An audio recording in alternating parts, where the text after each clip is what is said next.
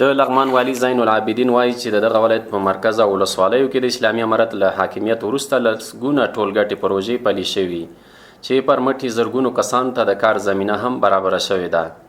والي د امنیت، پوهنې او روغتیا په برخو هم له باختر اجانس سره غږېدلی چې بشپړه مرکه به یې ډېر ژر خپره شي. یو پول د زیارت پول ورته وایي، خو الحمدلله موږ کار پرې شروع کړی، تقریبا 7 میلیونو شاوخوا همدقسې مصارف پرې راغلي دي او تقریبا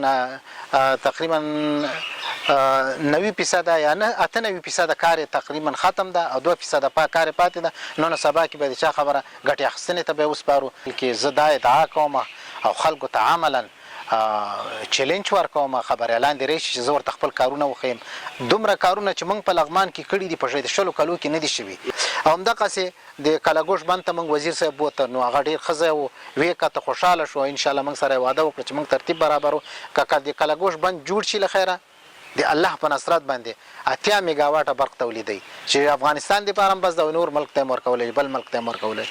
موږ تقریبا عملا موږ چې 20 کاله د دنیا ډالر راغلل دلته عملا دقلته د میتلام بابا یاله ده چې 2 متره عمق 2 متره عرض ده چې دا جوړه کړه او اوبه پکې روانې دي او تقریبا 1500 جریبه ځمکه تېنه خړوبېږي، هغه زراعتي ځمکه او نور دشتې هم تېنه تقریبا په آبادېدو دي. خلک تېنه استفاده کوي، خلکو ګلخانې ورته جوړې کړي دي.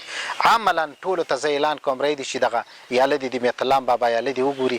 18 کیلومتره یاله ده چې دا 10 کالو کې دا وچه وه، خو موږ الحمدلله بیرته جوړه کړه، اوبه پکې روان. په لغمان کې تقریبا اوس 10مه میاشت را رسیږي. دا اوس چې تاسو سره زه لګیا یم خبرې کوم، تر دغه لحظې پورې الحمدلله په ټول لغمان کې امنیت 100% کې تامین ده. ورځ نه چې زمونږ ولایت فتح شوی الحمدلله د هغې ورځې نه نیولې زمونږ د معارف په برخه کې، د تعلیم په برخه کې بیخي سکتګي نه ده راغلې او د صحت په برخه کې هېڅ ستونزه موږ نه لرو.